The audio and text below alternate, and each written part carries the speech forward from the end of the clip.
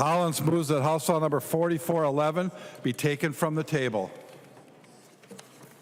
Representative Hollins. That is my motion, Madam Chair. All those in favor say aye.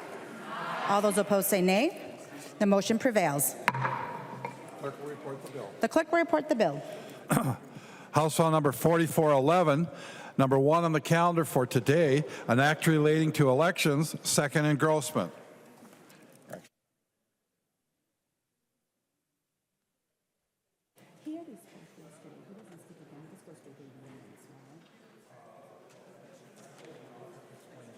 Okay, so he didn't explain it yesterday. Never. Okay. I recognize the author of the bill, the member from Hennepin, Representative Freiberg.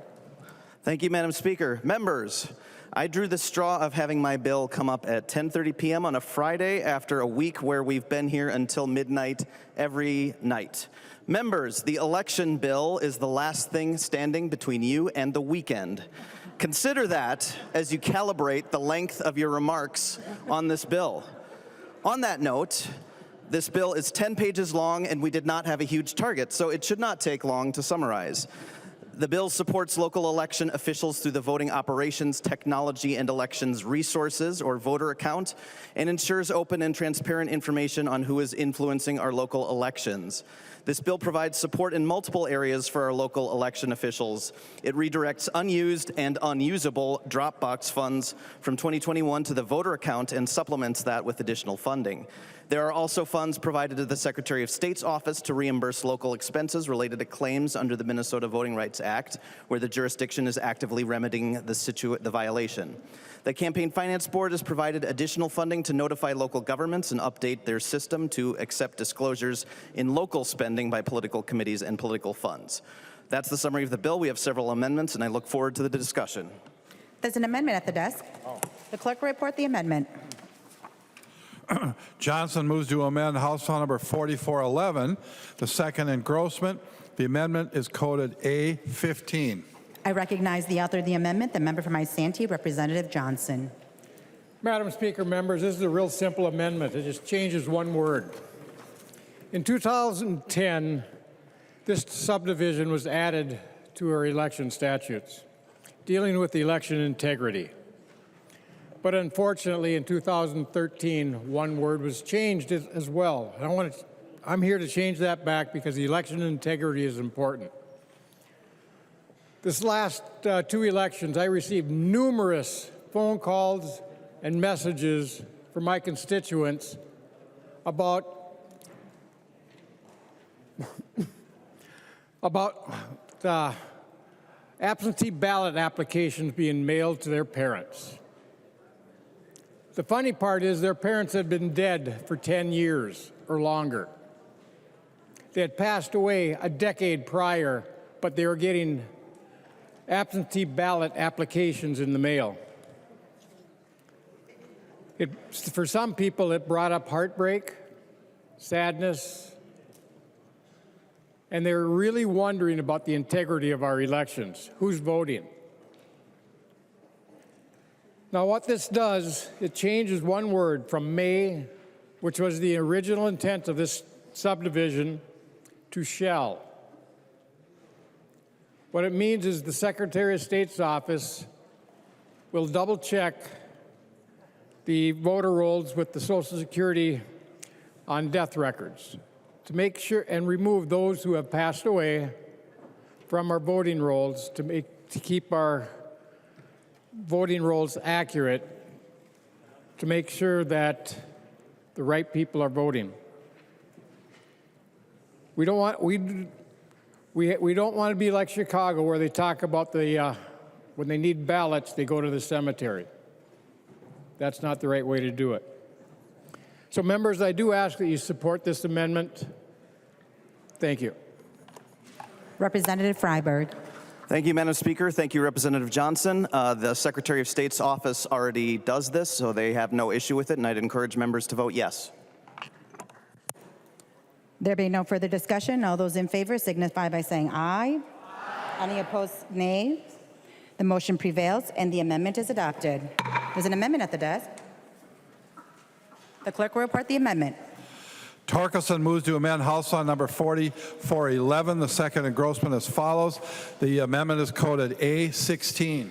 I recognize the author of the amendment, the member from Brown, Representative Torkelson.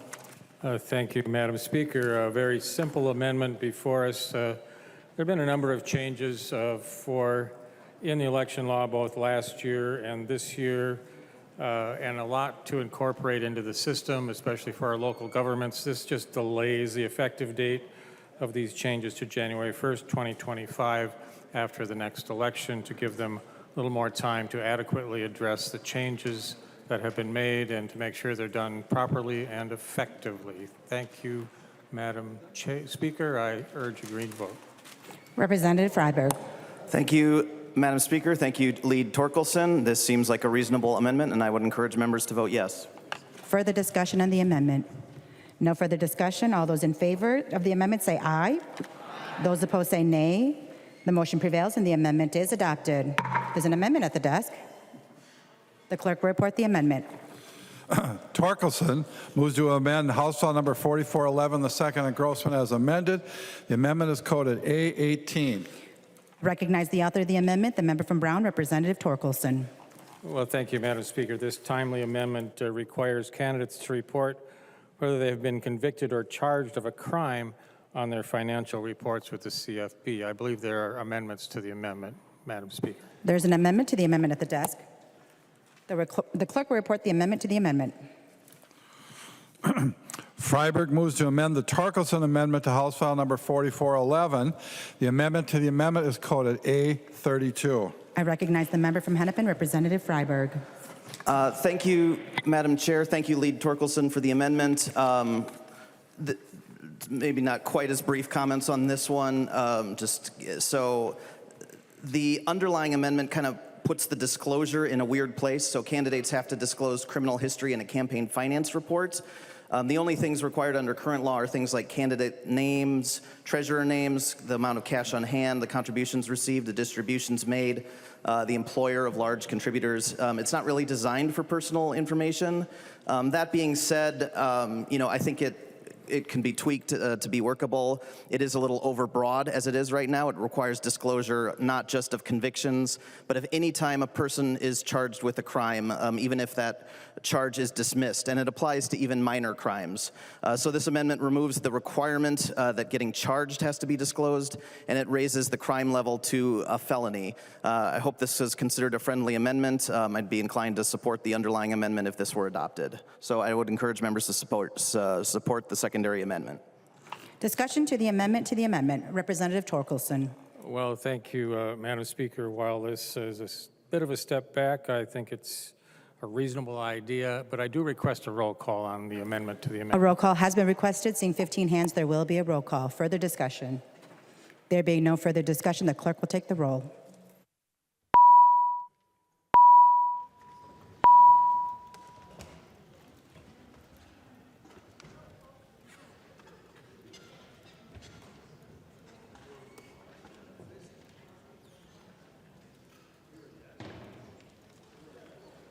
The chief clerk will call the names of the members voting remotely. Carroll. Go ahead. Is it yes? Carol, I. Carroll, I. Keel. Go ahead. Teal, yes. A little more volume, can we get? One more time. Teal, A, I. Keel, I. Keeler. Keeler, I. Keeler, I. Cagle. All right, go ahead. Cagle, aye. Cagle, I. Pulowski. Pulowski, I. Pulowski, I. Perez Vega. Perez Vega, I. Perez Vega, I. Wolgamont. Wolgamott, no. Wolgamont, no. The clerk will close the roll.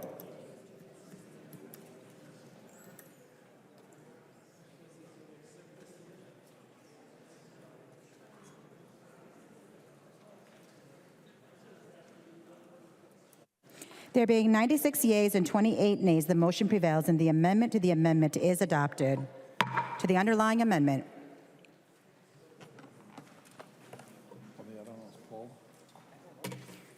Representative Torkelson.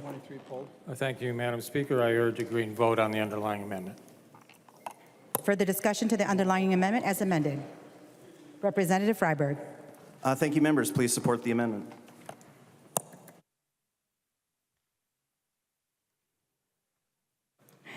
There being no further discussion, all those in favor of the amendment as amended say aye. Those opposed say nay. The motion prevails and the amendment is adopted. The amendment as amended is adopted. There's an amendment at the desk.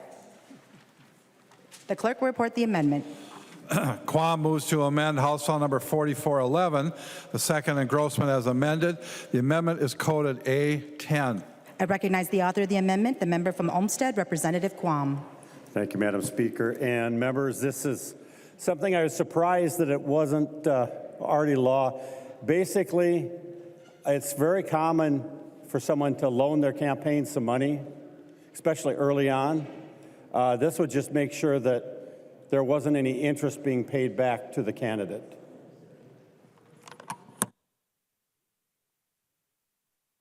Representative Freiberg. Thank you, Madam Speaker. I believe there's a secondary amendment. There's an amendment to the amendment. The clerk will report the amendment to the amendment. Freiberg moves to amend the Quam amendment to House File Number 4411, the second engrossment as amended. The amendment to the amendment is coded A22. Representative Freiberg. Thank you, Madam Speaker. Thank you, Representative Quam, for offering this amendment. I think it's a good idea to prohibit interest from being paid on campaign loans. I checked with the director of the Campaign Finance Board. He also felt there was value in the amendment. We both felt that the clawback provision and the retroactivity would be very difficult to administer. Specifically, the director said delaying to 2025 would allow the board to communicate with local filing officers on the change in requirements and start with a clean slate for the local election committees as well. So this amendment to the amendment does two things. It sets an effective date of January 1st, 2025, and it deletes the payback provision, which would be very difficult to administer. I spoke to Representative Quam before this. It sounds like you would consider this a friendly amendment. If this were to go on, I would certainly have no qualms, as it were, about supporting the underlying amendment. Discussion to the amendment. Representative Quam. Thank you, Madam Speaker. And I'm sort of hurt by that little declawing of my amendment. We were going so well and friendly, but I will submit to, your authority. Thank you. So we can vote green and green. There being no further discussion, all those in favor of the amendment to the amendment, please say aye. Those opposed say nay. The motion prevails and the amendment to the amendment is adopted. To the underlying amendment. Discussion. There being no further discussion, all those in favor of the amendment as amended, please say aye. Those opposed say nay. The motion prevails and the amendment as amended is adopted. There's an amendment at the desk. It's going really fast. The clerk will report the amendment. Altendorf moves to amend House File Number 4411, the second engrossment as amended. The amendment is coded A9. I recognize the author of the amendment, the member from Goodhue, Representative Altendorf. Thank you, Madam Speaker, and thank you, members. Chair Freiberg, wow, this is great. You tell everybody we've been here for 5 days till midnight, and look at how we're cooperating and getting along, so let's keep this going. The A9 amendment is very simple, and I think this should get bipartisan support, as I think this is a problem that's happened perhaps in both parties. Really, we just want to make sure when a candidate is running that they are legally a resident of that district. And so this amendment is very simple. When filing for your candidacy, that you show some sort of proof, a driver's license or other form of proof of your residence showing that you are in that district of which you are filing to run for that office. Discussion to the amendment. Representative Freiberg. Thank you, Madam Speaker. Thank you, Representative Altendorf. I'm not sure this is totally necessary. It's already a crime to lie on a candidate registration. It's a sworn document. That being said, I remember during my second term, a House member was found not to be living in the district he was represented, and he was removed from the ballot. So as a result, that district had no representation for a few months. To avoid the risk of that happening, I'm willing to accept this amendment, see if the language might need some tweaking and work in conference, but fine having this go on for now. So I'd encourage members to support it. Further discussion to the amendment. I recognize the member from Chisago, Representative New Brindley. Thank you, Mr. Chair, and thank you, Representative Freiberg. You all have the benefit of my presence here from that incident. So I support the amendment. It's a good amendment. We often hear about the things that the Secretary of State cannot verify. We should verify. Thank you. Further discussion. There being no further discussion, all those in favor of the amendment say aye. Those opposed say nay. The motion prevails and the amendment is adopted. There's an amendment at the desk. The clerk will report the amendment. Altendorf moves to amend House Law Number 4411, the second engrossment as amended. The amendment is coded A14. I recognize the author of the amendment, the member from Goodhue, Representative Altendorf. Thank you, Madam Speaker, and thank you, members. The A14 amendment, again, is really very straightforward. We want to make sure in the elections process that everyone is feeling very confident in our elections, that they're secure, and that also the people who are eligible to be voting are voting in that election. So the A14 amendment states that it would be a felony if someone who is a non-citizen is attempting to vote in that election, and that also ICE would be notified. Representative Freiberg. Thank you, Madam Speaker. Thank you, Representative Altendorf. I feel a little better having accepted one of your amendments. Unfortunately, this might be the point in the debate where the love fest kind of ends. So I'm going to ask members to vote no on this. The amendment is overbroad. It applies even if somebody doesn't vote. So just to give you an example, suppose in good faith a person thinks they're eligible to vote, they go to a polling place and try to sign in, and then an election judge tells them they're not eligible to vote, and they say, oh, whoops, and they don't actually vote. It was an honest mistake. But they did attempt to vote, and under the language of this amendment, that would make that a felony. And it also removes the requirement that the person will be penalized only if they voted knowing they're not eligible. So as I read it, if they accidentally attempt to vote in the wrong precinct, which is something that happens all the time, they're automatically guilty of a felony. And come to think of it, that's probably a bigger deal.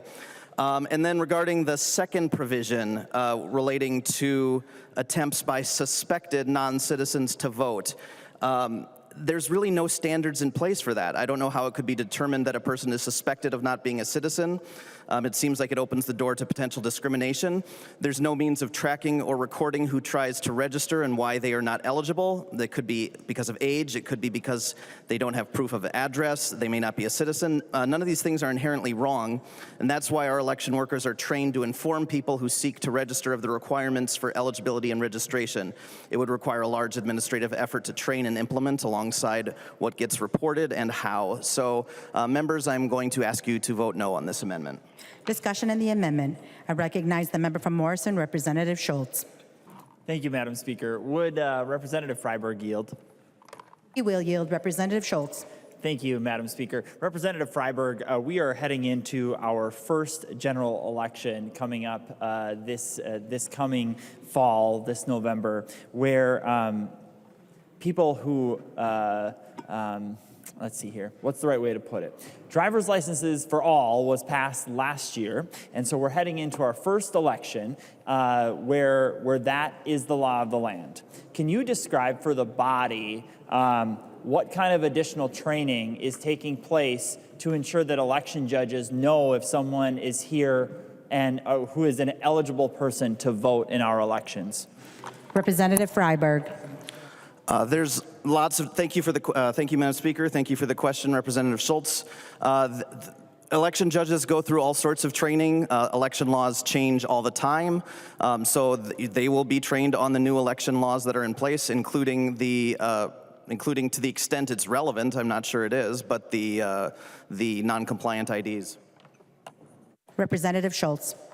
Thank you, Madam Speaker. I'm glad that I heard from Representative Freiberg there that a little additional training to help us with Representative Altendorf's addition tonight. I'm happy to hear that that's not going to be much of a burden. That will fall right into the training that each of our election judges do this year, and that this is really going to be quite simple for us tonight. That's what I heard. And so I think that this is actually pretty prudent. And I guess my favorite part is how I'm not speaking just for myself here, but for the people in my community and the election judges in my community, because those very people, I love it. Like, they're some of the most passionate people who care about this country and this state so much. They love our Constitution, and they want to ensure that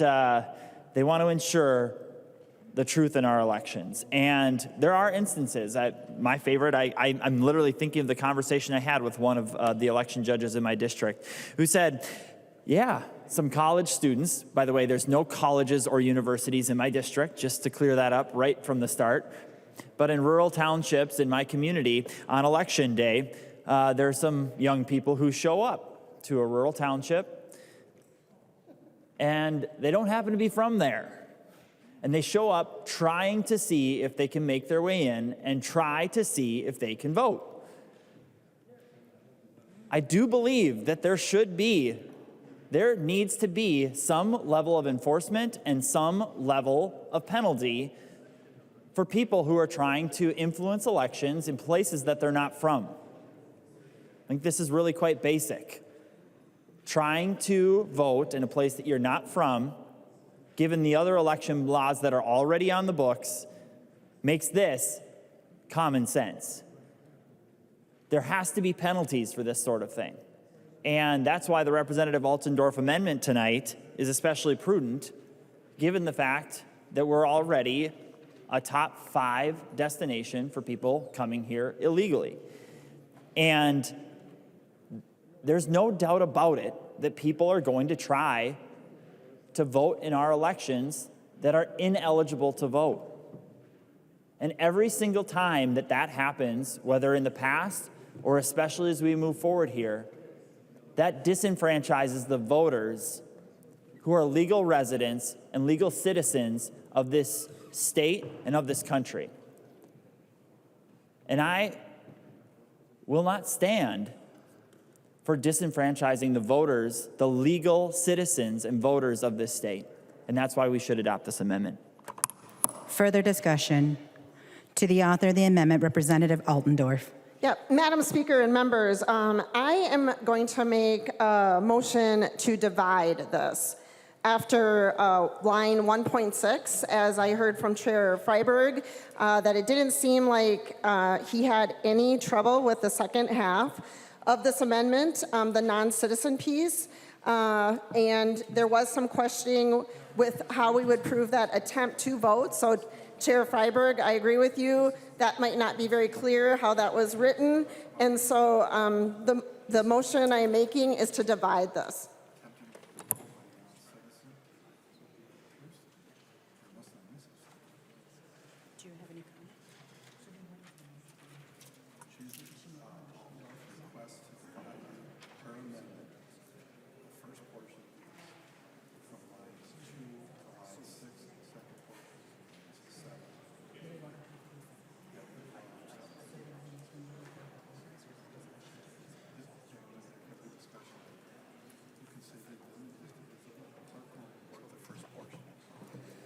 The amendment, it appears the amendment is divisible. Representative Altendorf, the clerk will report the division of the bill into 2 separate parts. The clerk will report the bill.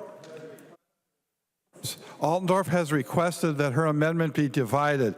The first portion would be on lines 2 through line 6. The second portion would be lines 7 through line 15. And we'd be voting on the first portion first. We'll be voting on the first portion first. Any discussion? Representative Altendorf. Sorry, Madam Speaker, I would like to vote on the second section first. Okay. Representative Altendorf would like for us to vote on the second portion first. Discussion to the second portion of the amendment. And I would also like to ask for a roll call. A roll call has been requested. Seeing 15 hands, there will be a roll call. Discussion on the second half of the amendment as it is split. Representative Freiberg. Thank you, Madam Speaker. Thank you, Representative Altendorf. I had a feeling this might happen. This amendment did look very divisible to me, actually, as I read it. So I made sure to talk about both halves in my remarks. Maybe you didn't quite hear the part when I spoke about the second half of it. So I'll just kind of reiterate what I said. I'll try to be a little quicker, recognizing we're a little late here. But as I said, this provision here has no standards in place. There's no way to determine no fair way to determine how a person might be suspected of not being a citizen. And I mentioned when I talked about it that it could potentially open the door to discrimination. But then beyond that, I mentioned in my remarks when it was a whole amendment that there's no means of tracking or recording who tries to register and why they're not eligible. It could be because of age, it could be because they don't have proof of an address, or it could be because they're not citizens. None of these are inherently wrong. Our election workers are trained to inform people who seek to register of the requirements for eligibility and determination. And this would require a large administrative effort to train and implement. So I would encourage members to vote no on this portion of the amendment. Further discussion. I recognize the member from Chisago, Representative New Brindley. Thank you, Madam Speaker. It's interesting because you know what? There's a really easy solution to this problem, and that is requiring an identification to be able to vote. If you just have to show an ID to vote, then it's really easy to determine if someone is eligible, and we don't have to worry about if they are suspected of not being a United States citizen, because they will have an ID that says that they are a United States citizen and eligible to vote, because as it turns out, you need that. I think that this amendment from Representative Altendorf actually was crafted very carefully, because the only requirement is that if an election judge suspects that someone is not a United States citizen, and now what might lead them to suspect that? They don't show ID?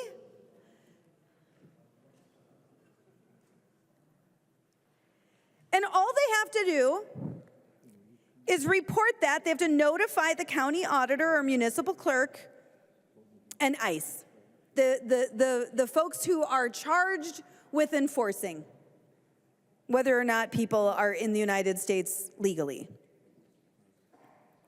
Or excuse me, if they are not a citizen attempting to vote. This is the problem that we have now. Although it's interesting, with all of the election laws that were passed last year, this should get easier and easier to distinguish, right? Everyone's automatically being registered to vote at this point at several points of entry, which actually makes it easier to flag if you suspect that someone is not eligible to vote, if they are not a United States citizen. Makes it easier to flag that, strangely. Because at that point, they have not interacted with one of the many entry points that would automatically register them to vote, that would verify that they are United States citizens and legally allowed to vote. So this really is not that complicated. This does not take significant sleuthing from a head election judge. It does not impose any penalties on a head election judge. They're not in trouble if they make mistakes here. No one's in trouble if they make mistakes, actually. This is not punitive. The only way that this would be in any way punitive is if someone was reported as being suspected of not being a United States citizen who's attempting to vote. It could be punitive if it was discovered that they are indeed not a citizen of the United States and attempting to vote. And at that point, it should be punitive. At that point, it should be punitive. So this is not complicated, folks. Don't listen to the smoke screen. Oh, we couldn't possibly. It's how would someone ever know? There's no requirements that tell us how to figure that out. It's really simple. If the head election judge suspects, all they need to do is notify. It's no more complicated than that. It's not punitive against the election judge, and it's also not punitive against the person who is suspected. It's not punitive against them either. Unless, of course, they are actually not a citizen who is attempting to vote. Then it could become punitive, which, again, is appropriate. Vote yes on the amendment. I recognize the member from Ramsey, Representative Pinto. Thank you, Madam Speaker. And members, the problem with this provision, so this says that if somebody is suspected of not being a U.S. citizen, I think people may remember the Show Your Papers law from Arizona from 2010, kind of ringing a bell, where police, if they suspected that somebody was undocumented, then they could take certain steps. Arizona got sued. They had a settlement. I believe there was money paid, because it's not consistent with our U.S. Constitution to kind of look at somebody and get a sense that maybe because of how they look or the language they use or whatever else, that we have some sense that they might be a U.S. citizen or not a U.S. citizen. So having it be that we pass a law that is based on somebody who's suspected of not being a citizen or being one exposes us to a lawsuit and paying money, and it is not something that is consistent with the law. Let's not do it. Let's vote no. Thanks, Madam Speaker. I recognize the member from Olmsted, Representative Quam. Thank you, Madam Speaker. And for those that are concerned about the difficulty of verification, HAVA in federal law already has a verification. Minnesota has been participating in that for many years. And therefore, it's already in the process so that if somebody did not have the right to legally vote here, or there were issues with the identity, the social security, the address, etc., that's already verified under federal election law and is part of our process to begin with. So the decision that this would be hard to verify, or frankly, if you're concerned about suspected, well, HAVA law basically looks at if you do not have these core things for registration, then you're automatically having to verify through the Social Security Administration website, which is public and accessible. So therefore, it's a much less complicated issue. And in fact, that HAVA verification frequently finds during an election cycle 9,000 to 16,000 bad registrations from Minnesota elections. My interpretation is this would, if it's discovered and the cause for it being a bad registration is not being a U.S. citizen and thus cannot vote, then we'd have a penalty. Thank you. I recognize the member from Morrison, Representative Schultz. Thank you, Madam Speaker. I find it really interesting. I love listening to this debate in this chamber tonight, and it's fascinating how much I think that Minnesotans would really support this. They want to know that this sort of information would be shared up the food chain. You know, there's polling information to say that this is wildly popular with the public to hear. That they really want to ensure at its very basic that only legal residents and citizens, legal citizens, are allowed to vote in our elections. This is really very clear.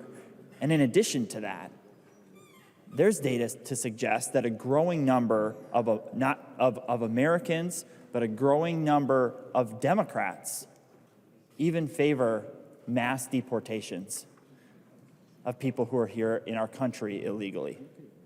Growing numbers suggest that. So this amendment tonight is really right in line with growing sentiment in our country. And it's important that we take up something like this. And I, for one, am not overly concerned, or I don't take my colleagues on the other side of the aisle quite for their word when they share concern about risk of lawsuits. We've spent this week, and it feels like a little bit of whiplash, because we've spent this week passing bills that had nothing to do with the supplemental budget, but had everything to do with creating more lawsuits because of the conflict that it creates with federal law. So this is, frankly, I mean, with the amount of bills that have passed during this biennium that are going to result in more lawsuits, I'm surprised you're not, excited and jumping out of your seats to vote for this amendment, because if that's the result that you think that this is going to take, then it might be a benefit to some of your friends and neighbors.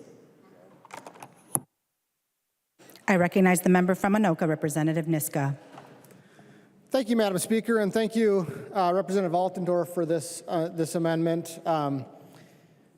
It's a real common sense amendment, and I think that maybe the suspected language could be tweaked a little bit, but I think a reasonable interpretation of it is that it's talking about a well-established standard, reasonable suspicion. If we have if law enforcement officers, if government officials have reasonable suspicion that someone is doing something illegal, they're supposed to take action. And if county auditors or the head election judge has some reason to have reasonable suspicion that an individual who is not a United States citizen has attempted to vote, I mean, that's against Minnesota law. Of course that should be reported, not only to the county auditor and the municipal clerk, but to federal immigration officials. And Representative Pinto, I appreciate the reference to Arizona versus United States. I actually do remember that case, but I did appreciate even more the idea that we in this body should be concerned about not violating federal law. It's a little odd that it's coming from that side of the aisle, because, like Representative Schultz, I am old enough in the sense that I have been here for more than 1 week to remember when we passed a law in which we actually put in an amendment. It was my amendment that was amended, but put in an amendment where we specifically flagged that we were concerned about whether that law was violating federal law. We have language in the transportation bill that we passed out of this chamber this week that says we are concerned about whether there's federal preemption, whether this state law we're passing violates federal law, and we need to have the Commissioner of Transportation perform a preemption analysis to determine whether or not we are violating federal law. Not only that, I am old enough to remember, in the sense that I have been in this body for 2 years, that we passed 3 bills last year that are already enjoined in federal court as violating federal law. 3 of them. And that's not counting the lawsuits that are pending against the laws we passed last year, and the lawsuits that are still to come. For example, North Dakota threatening to sue us over the energy bill that we passed that violates federal law. So I do appreciate the concern coming from the other side of the aisle, at least today, about violating federal law. But I did want to reassure you, Representative Pinto, that I do also remember Arizona versus United States, which was about the law that was called the Show Me Your Papers law. And Arizona versus United States, I just want to reassure everyone, Arizona versus United States has nothing to do with this case. Arizona versus United States was a case where Arizona actually was creating their own criminal violations about the immigration law. Not saying you can't vote in Arizona if you're not a United States citizen. Of course, every state has that law, and of course, that's not preempted by federal immigration law. Every state in the United States doesn't allow prohibits non-citizens from voting and allows those states to actually enforce their law. What Arizona versus United States said was that Arizona can't have its own independent criminal violation about violations of federal immigration law because that does intrude on, according to the U.S. Supreme Court, and it was a narrowly divided court, but the majority did hold that you can't have an independent criminal statute that also enforces federal immigration law. That is what the Arizona versus United States case was about. It has nothing to do with the Altendorf Amendment. The Altendorf Amendment would not be in violation of Arizona versus United States. It would simply be an enforcement mechanism of our Minnesota state law that already prohibits non-citizens from voting and would simply say, if we have reasonable suspicion that someone is violating that law, then we are going to go ahead and enforce that law. We should do that. I mean, we should, Representative Brindley, we should have voter ID. I think that's pretty obvious. It would be a lot easier to enforce this if we did have voter ID. But even in the absence of voter ID, law enforcement officials, election judges, if they have reasonable suspicion that someone is violating the law, they should do something about it. Vote for this amendment. I recognize the member from Crow Wing, Representative Davis. Thank you, Madam Speaker. Let's make Minnesota elections great again. Because I've said this before, I said it last year. The blood of patriots wasn't spilled for us not to take our elections seriously. Elections are meant for legal, law-abiding citizens. And when someone comes here not according to our laws, that's illegal. And then when they try and go and vote in our elections, that's illegal too, according to our laws. And so, thank you, Representative Altendorf. This lines right up with the rest of our laws. Why would we not take this? This truly is a common sense amendment, as Representative Niska just graciously, as an attorney, pointed out. Okay, Representative Freiberg, come on, he did a good job. Because I can't help but notice that this language in this bill, it doesn't do much for election integrity. I don't see a lot of money being spent here on voter ID and proof of citizenship. Oh, wait, no, I'm sorry, I'm mistaken. There's none. So let's at least get this one across the finish line. This one makes sense if you love America. This one makes sense if you love our Constitution. We should only have legal, law-abiding citizens voting in our elections. That is the truth. If you love American citizens, and you love what patriots did to pay the price for our freedom and liberty in this country, let's add a little election integrity to this bill tonight. Did you ask for a roll call vote? Oh, I'm sorry, I should have asked her to yield for a question. Thank you, Madam Speaker. Let's light that board up green.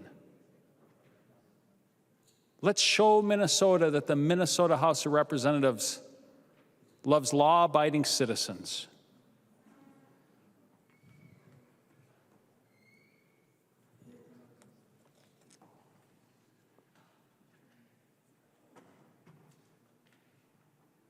Thank you, Madam Speaker. I recognize the member from Hennepin, Representative Freiberg. Thank you, Madam Speaker. So just a couple additional points. So first of all, there was talk about photo ID, but people ineligible to vote, like Visa or green card holders, are able to get a driver's license or a photo ID and have been for a long time. So I don't understand how photo ID is relevant to this debate. Second, under our new automatic voter registration law, there's an extensive verification process in place. It determines you are who you say you are, you live where you say you are, and you are an eligible voter. I was handed this chart. This is put out by the Minnesota Secretary of State's office, describes the automatic voter registration process. The first step in the process, a Minnesotan applies for or renews a state-issued ID.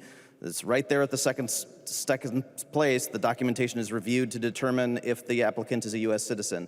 If they're not, the citizenship affirming documents are not provided. They are not registered to vote. So anyway, this amendment is unnecessary. It's overly complicated. I would encourage members once again to vote no. Members, just before we vote, reminder to the body that the Altendorf 814 amendment was divided. We are voting on the second portion of the Altendorf amendment, lines 1.7 through 1.15. The clerk will take the roll.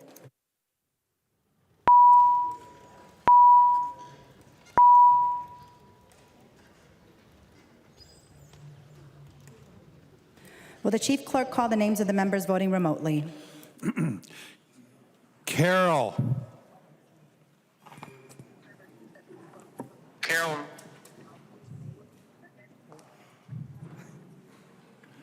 Carol.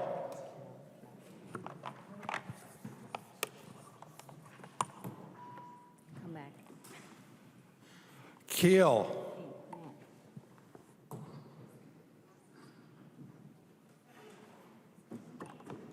Aye. Keel, aye. Hassan.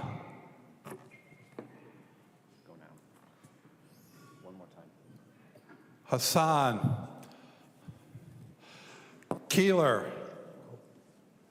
Keeler, no. Keeler, no. Cagle. Bagel, no. Cagle, no. Pulowski. Pulowski, no. Pulowski, no. Perez Vega. Perez Vega, no. Perez Vega, no. Walgamot. Walgamot, no. Walgamot, no. Carol. Carol, no. Carol, no. Hassan. Hassan, no. Hassan, no. The clerk will close the roll.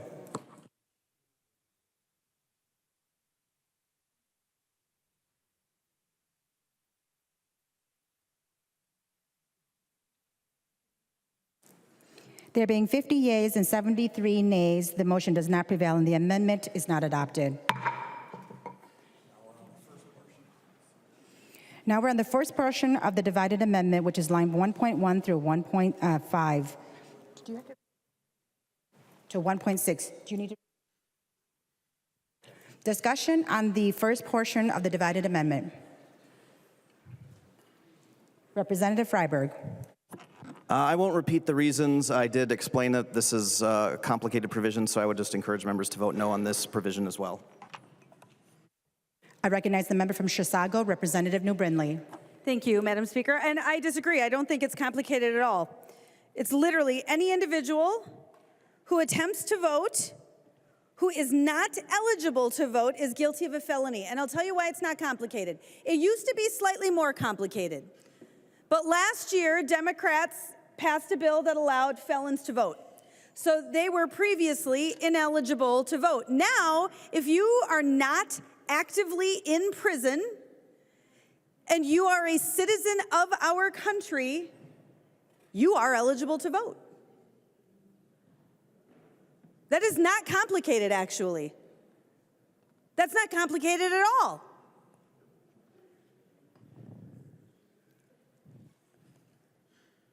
So if you are attempting to vote, and you are, I guess, actively in prison, but that gets pretty tricky because they're sending mail to the prison if you're trying to request an absentee ballot. That gets pretty tricky.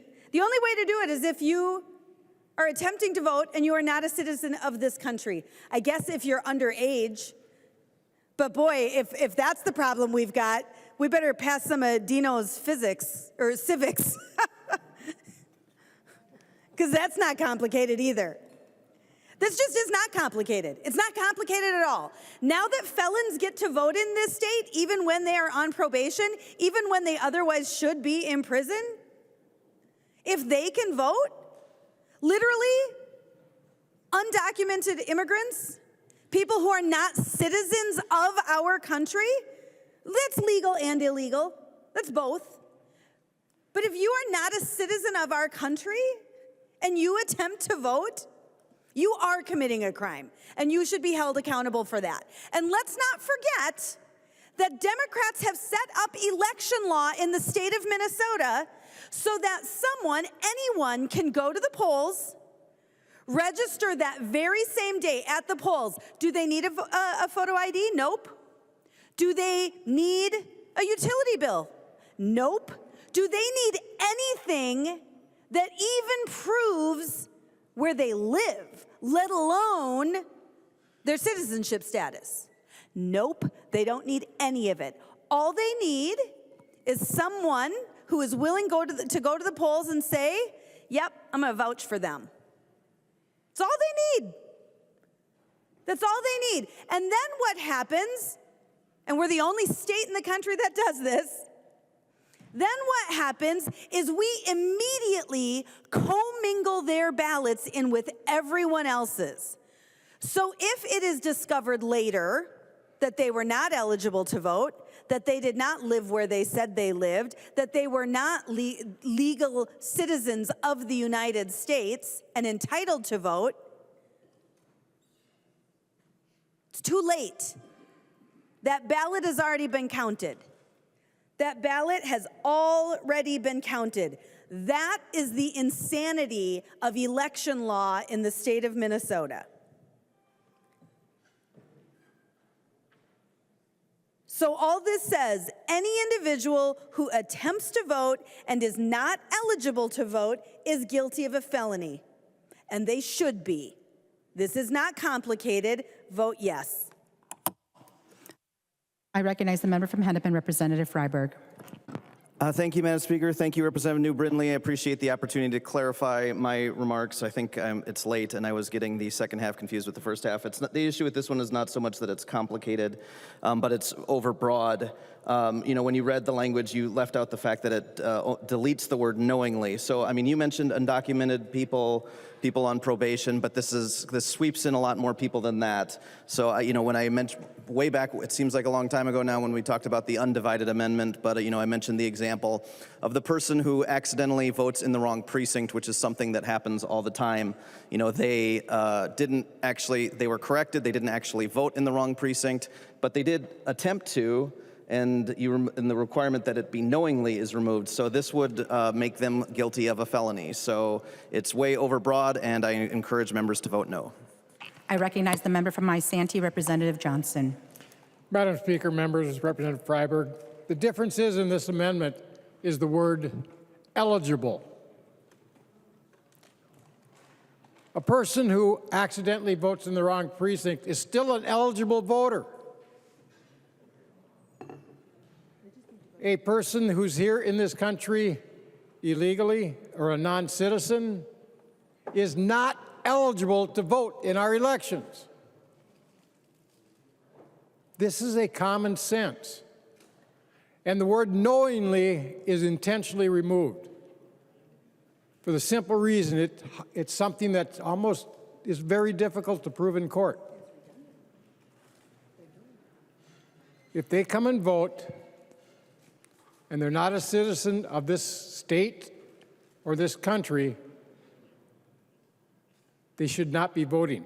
They know if they're a citizen in this country or not. Members, vote for the amendment. Further discussion?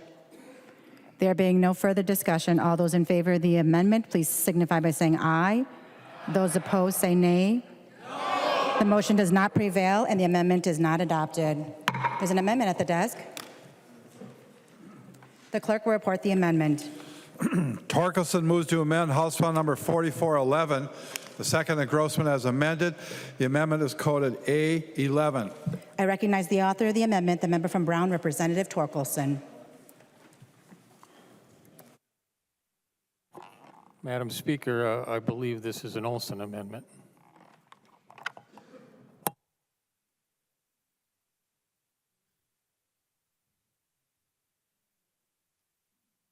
I recognize the member from Martin, Representative Olson. Thank you, Madam Speaker. Members, Last year, the Minnesota legislature created a commission that was responsible for the creation of a new flag and a new seal to represent all 5.5 million Minnesotans. It was composed of 13 voting members and 4 non-voting members, one of which was myself and Representative Freiberg. We supposed to meet in August, beginning in August, but there was some delays. The governor had a little bit of trouble finding his people, so the 3 members that he appointed were not there presently. It took a little bit longer. We met in September, and we were tasked with creating a product by the end of December. So we had about 4 months to do this. We worked very diligently. We received some input from the public, maybe so much so that within the limited amount of time we had, we were not able to completely digest all of it. To give you all an example, the state of Utah created a new flag recently. They took 18 months to do so. We took 4 months to do so. There were some issues with time and just the ability to really listen to the people of the state of Minnesota.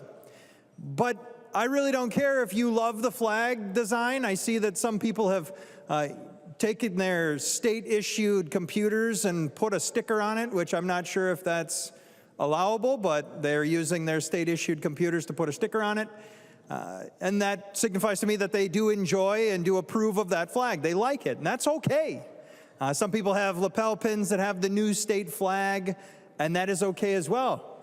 Because in my mind, I don't really care. My whole entire goal is that we let the people of Minnesota decide what identifies them. It's their right as citizens of this state to say yes or no. This new flag design, does it truly represent what I think of when I think of being a Minnesotan? Or does the old one? Or maybe it's something entirely new. Members, I've always found in life that if we want something so bad that we're willing to disenfranchise millions of people, that we maybe should reconsider the decision. All I'm asking with this amendment is that we give the people of Minnesota an opportunity to tell us what they think. And if they say that they like this new design, then great. It should be our new flag. But if they decide that they do not, in fact, approve of this flag, then we could go back to the drawing board. We could try again. We could take the old one and bring it back. All these things are within the realm of possibility. But the number one most important goal here is that the people decide. Not the 13 people who were chosen to decide, but the millions of Minnesotans who look at our flag, look at our seal, look at our blueberry muffin and find some form of representation in it. Our state symbols mean things to people. Our current flag means something to people. The new flag design means something to people. My hope is that you will allow, through the acceptance of this amendment today, the opportunity for the people to decide. Give them the right to vote here. I've always found that in a democracy, there is a way to give people the right to vote, and there is a way to take away that right. And that right was purposely taken, or maybe not purpose, maybe inadvertently taken from them. Because currently, Minnesotans do not have the right to vote on what they determine to represent them, whether the old flag, the new flag, the old seal, or the new seal. I couldn't care less as long as Minnesotans get to choose. I'm really concerned because if you look around, there is in fact precedence for multiple different options. The state of Mississippi recently held an election that determined that they wanted to change their new flag. It was overwhelming. More than 70% of Mississippians voted to change their flag. And it was one of the most unifying aspects for their state. If you go to other areas, Utah, for example, they were not provided the opportunity to vote on their flag, And now, even though there's a supermajority of conservatives in the Utah legislature, they're calling the new flag a woke flag, which doesn't make a lot of sense to me. But they didn't get to vote on it. And so that's the problem. The disunity that occurs when something is forced upon a population. We can avert that disunity here today by accepting this amendment, put it on the ballot, let the people decide. And I will be absolutely happy with whatever result comes out of it. Please support this amendment. Let Minnesotans choose and give them the right to vote on what represents them. Thank you, Madam Speaker and members. I recognize the member from Blue Earth, Representative Frederick. Frederick. Thank you, Madam Speaker. I rise to a point of order under Mason's 3.21. Motions and propositions must be germane. The A11 amendment introduces the state flag and seal, which is not in the bill. And I'd ask you to find the amendment out of order. Madam Speaker, I'd like to provide advice to the body, if I may. Representative Olson. Thank you, Madam Speaker. My advice to the body is that it is currently 11:26, and this will not be the last time you see an amendment to allow Minnesotans the right to vote on the state flag and on the state seal. It will not be your last opportunity. So my advice to the body, should you choose to take it, is that we let them rule it out of order, say they don't want to vote on it, and we will bring this fight to the battleground next week. I've studied the amendment, I have reviewed the bill, I've considered your advice, and I'm ruling that the point of order is well taken. There's an amendment at the desk. The clerk will report the amendment. Torkelson moves to amend House File Number 4411, the second engrossment, as amended, and the amendment is coded A12. I recognize the author of the amendment, the member from Brown, Representative Torkelson. Well, thank you, Madam Speaker. We have the same argument, but a new topic. The topic this time is the state office building. As we all know, this huge project really came in the dark of night, without public approval, without even public analysis. And the same arguments apply. This is a very important building on our campus here that was designed without any public input. 321, huh? And the public deserves to express their opinion. We now have the project started, but it's never too late to stop. In fact, as I gaze out my window of my office, I see a number of spots out there on the site where the archaeologists are hard at work trying to figure out what was underground before the project started. So it looks to me like this project is already delayed significantly by the archaeological work that's going on. So let's just take this to the voters and let them determine whether they think it's important that we spend over $700 million on the palace for politicians. Madam Speaker, I urge a green vote on the A12 amendment. Representative Freiberg, for what purpose do you rise? Thank you, Madam Speaker. I again rise to point of order under Mason's 3.21. Motions and propositions must be germane. The A12 amendment introduces a new subject, and I would ask you to find it out of order. Advice. Representative Torkelson.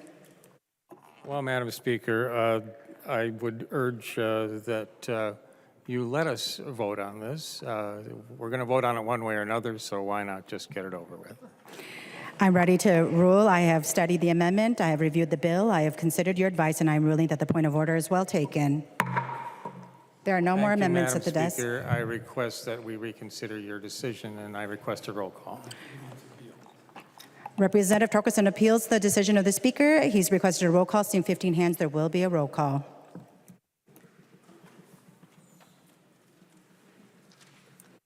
Members, the question before the body is, shall the decision of the Speaker stand as the judgment of the House? A yes or a green vote supports the ruling of the Speaker. A no or a red vote goes against the ruling of the Speaker.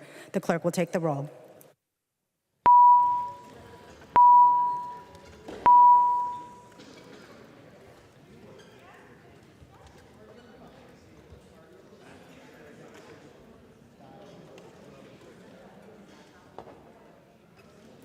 The chief clerk will call the names of the members voting remotely. Carol.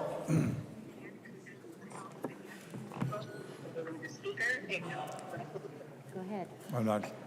Carol, aye. Carol, aye. Keel. Go ahead. No. Keel, no. Hassan. Hassan, yes. Hassan, aye. Keeler. Keeler, aye. Keeler, aye. Cagle. Cagle, aye. Cagle, aye. Pulowski. Pulowski, aye. Pulowski, aye. Perez Vega. Perez Vega, yes. Perez Vega, aye. Wolgamott. Wolgamott, aye. Wolgamott, aye. The clerk will close the roll.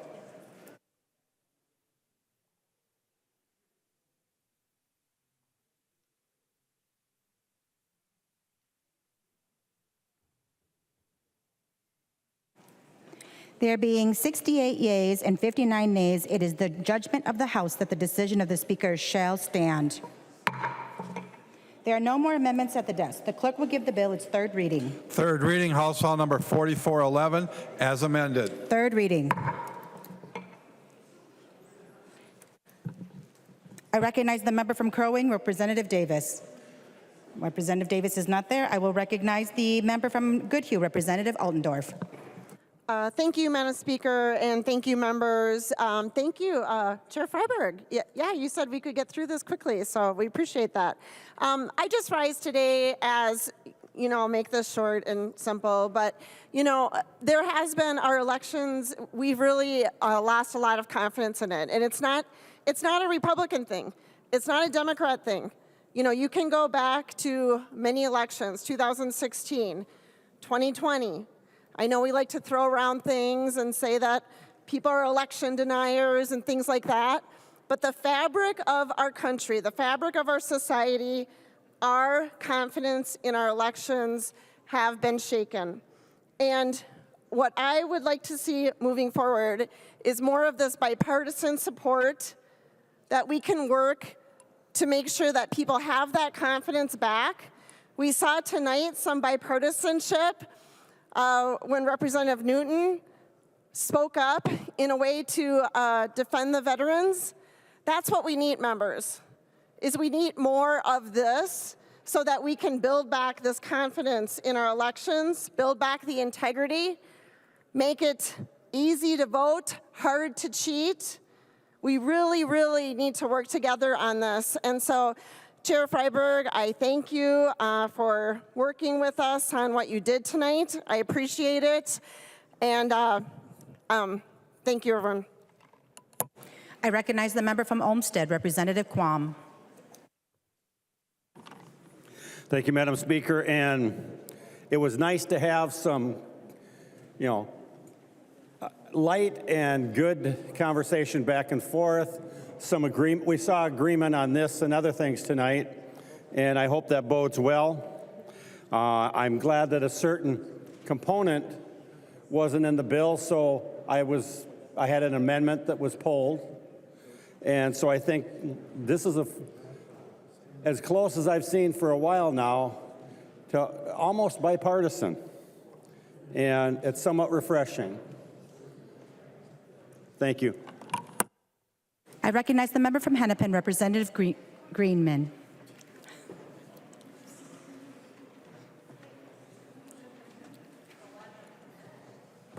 Thank you, Madam Chair, and apologies. Members, this is the election bill that you have been waiting for. As I sit here and look at it and what we have amended in, what I see is a bill that is where most of the policy is actually amendments that you offered. I see a policy bill, a bill that includes an amendment by Johnson that ensures that the Secretary of State continues to use Social Security death index. I see a policy from Representative Torkelson adding items to the campaign finance disclosures and expending effective dates. From Representative Altendorf requiring proof of residence.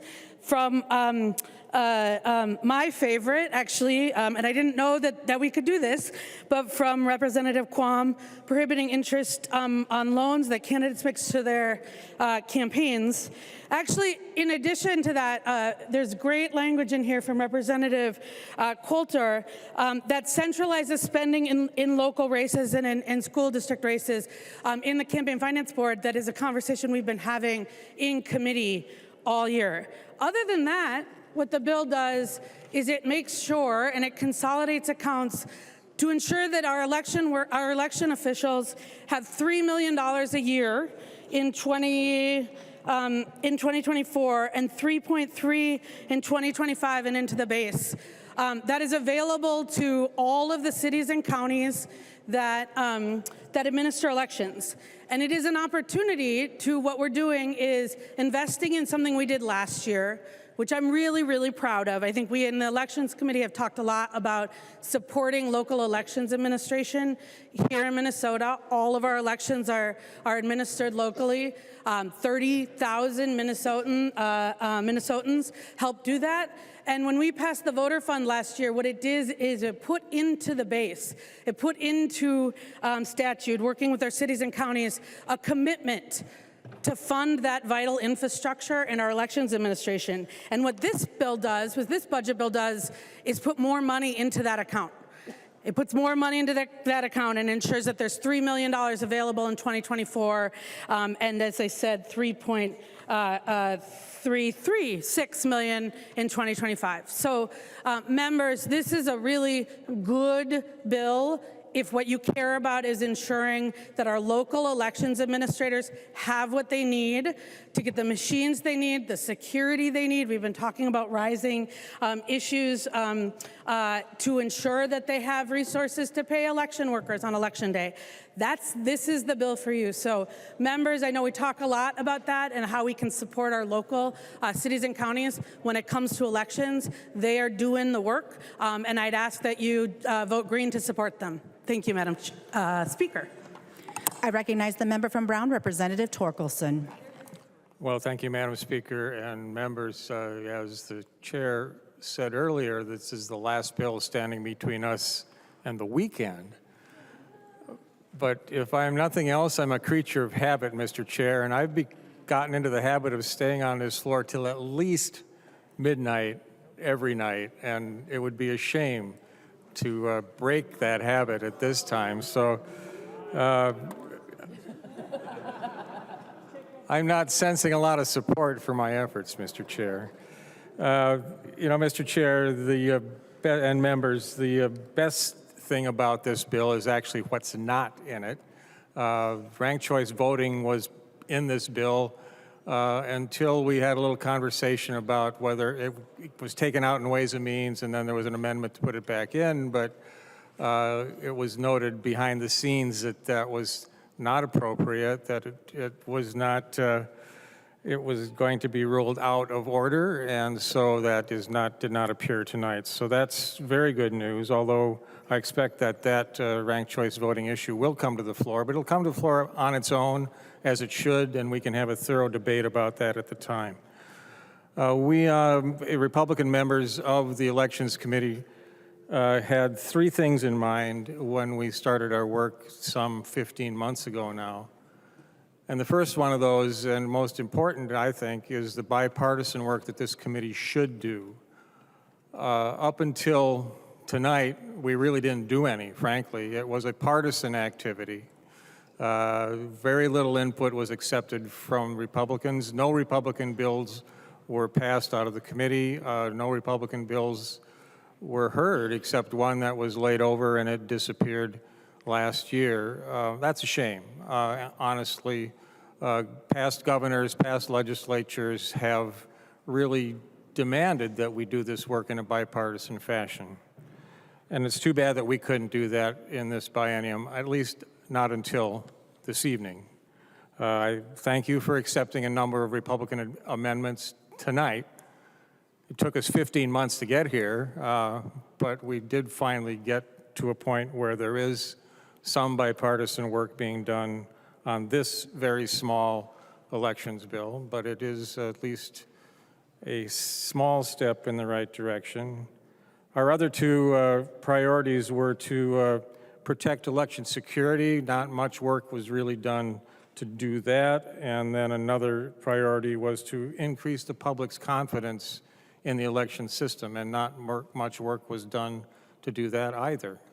A lot of work was done to expand accessibility, which isn't horrible, but doesn't increase people's confidence in this election system that we have. When the door is wide open for days for people to come in and vouch for as many voters as they, well, I realize it's limited, but for lots of voters, and we don't really have that integrity. We don't have provisional ballots that many other states have, that actually we lay aside those votes that we're not sure about, give them a chance to be proofed before they're counted. Instead, we just throw them in the pile with everyone else's and count away. That does not improve people's confidence in our election. As we know, as we watch the news, we know that all around the country, people are questioning our election systems. And ours is, I have confidence in it, but I want the public to have that same confidence. And more importantly, I want the people to have enough confidence that they are confident to go out and vote. You know, the one thing I can guarantee everyone is that if you don't vote, your vote won't be counted, right? So we want people to get out there. We want them to vote. We want them to use the tools that you provided. I don't agree with everything that you provided as far as tools for voting, but we should all use them. We should all get as many people out there voting as possible. I think that's important. But we want to verify, we would like to verify that all these voters are voting appropriately, they're voting in the right districts, et cetera, et cetera.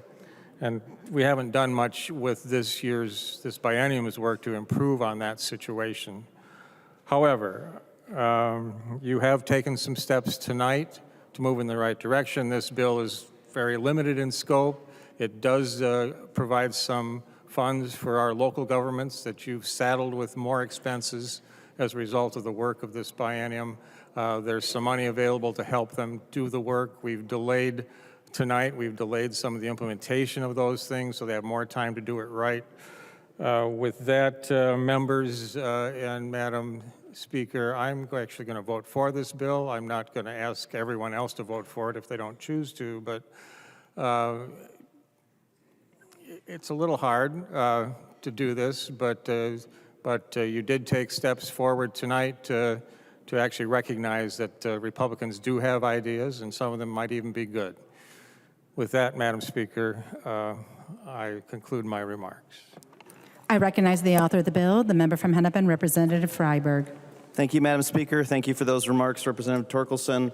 I thanked staff when we discussed the policy bill, and I'm pretty sure they want to go home more than they want to hear their names a second time. Suffice it to say, thank you, staff.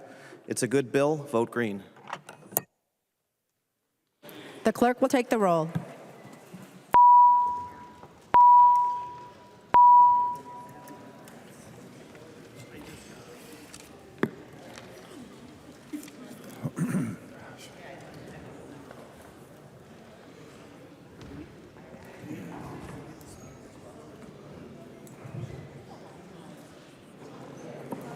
The chief clerk will call the names of the members voting remotely.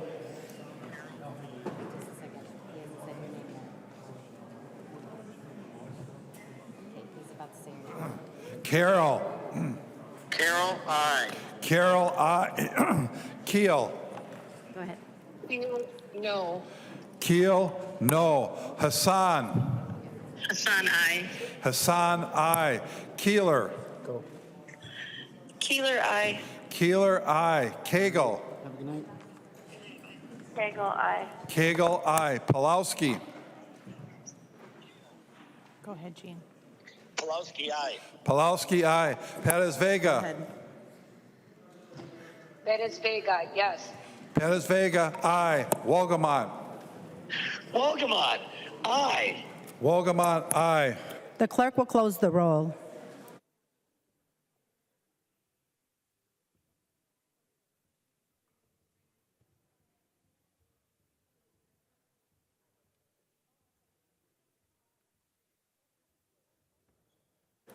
There being 83 yeas and 44 nays, the bill is passed as amended and its titled agreed to.